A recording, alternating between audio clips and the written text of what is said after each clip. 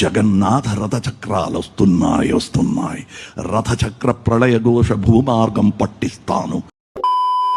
Hello guys, దేశంలోనే అతి పెద్ద రథయాత్ర ఉత్సవం. దేశం నలుమూలల నుంచి ఆల్మోస్ట్ 25 లక్షల మంది ఆ రథయాత్రకు అటెండ్ అవుతారు. 9 రోజుల పాటు జరిగే ఈ రథయాత్రలో ఆ జగన్నాథ స్వామి మహిమలు ఎన్నో ఉంటాయి. అయితే ఈ పూరి జగన్నాథ స్వామికి ఎందుకు ఇంత ఘనత? దేశం నలుమూలల నుంచి ఎందుకు అంతమంది ఆయన దర్శించుకోవడానికి వస్తున్నారు? మీలో ఎంతమంది తెలుసో నిజంగా చెప్పండి. అయితే కురుక్షేత్ర యుద్ధం ముగిసిన తర్వాత, ద్వారకతో పాటు యాదవ కులాన్ని కూడా సముద్రం ముంచిన తర్వాత, పాండవులు కృష్ణుని అంత్యక్రియలు జరిపిన తర్వాత ఆయన గుండె మాత్రం సజీవంగానే ఉందంట భయ్య. అయితే కృష్ణుడు చెప్పిన మాట ప్రకారం అర్జునుడు ఆ గుండెని ఒక చెక్క మీద పెట్టి సముద్రంలో కుదులుతారు. అది సముద్రంలో ప్రవహిస్తూ ఒరిస్సాకు వచ్చి చేరుతుంది. అప్పటి రాజు అయిన ఇంద్రద్యుమ్నుకి మహావిష్ణు కల్లోకి వచ్చి జరిగిందంతా చెప్తారు. ఆ గుండె తనదే అని చెప్పగా అప్పుడు విశ్వకర్మ చెక్కతో జగన్నాథుని రూపం తయారు చేసి ఆ గుండెని అందులో ఉంచుతారు. అందుకే ఆ జగన్నాథ స్వామి విగ్రహానికి, ఆ జగన్నాథ స్వామి ఆలయానికి అంత పేరు ప్రత్యేకత. 9 రోజుల పాటు జరిగే ఈ రథయాత్రలో జగన్నాథ ఆలయం నుంచి గుండిచాలయం వరకు రథాలను తీసుకువెళ్తారు. సుభద్రాదేవిని, బలభద్రుడిని, జగన్నాథ స్వామిని, ఈ 3 రథాలని గుండిచాలయం వరకు తీసుకువెళ్తారు.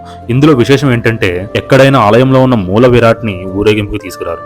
కానీ ఇక్కడ జనాలు దేవుడి దగ్గరికి వెళ్లడం కాదు, ఆ స్వామి జనాల దగ్గరికి వస్తారు. ఆయన పెద్ద కళతో అందరినీ చూసి ఆశీర్వదిస్తారు. ఇది ఆ జగన్నాథ స్వామి రథయాత్ర వెనకాల ఉన్న మిస్టరీ.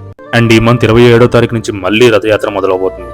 మీలో ఈ విషయాలు ఎంతమందికి తెలుసు? అండ్ రథయాత్రకి ఎంతమంది వెళ్ళబోతున్నారు కింద కామెంట్స్ లో చెప్పండి. అండ్ అలాగే వెళ్తూ సబ్స్క్రైబ్ చేసుకోవడం మాత్రం మర్చిపోకండి.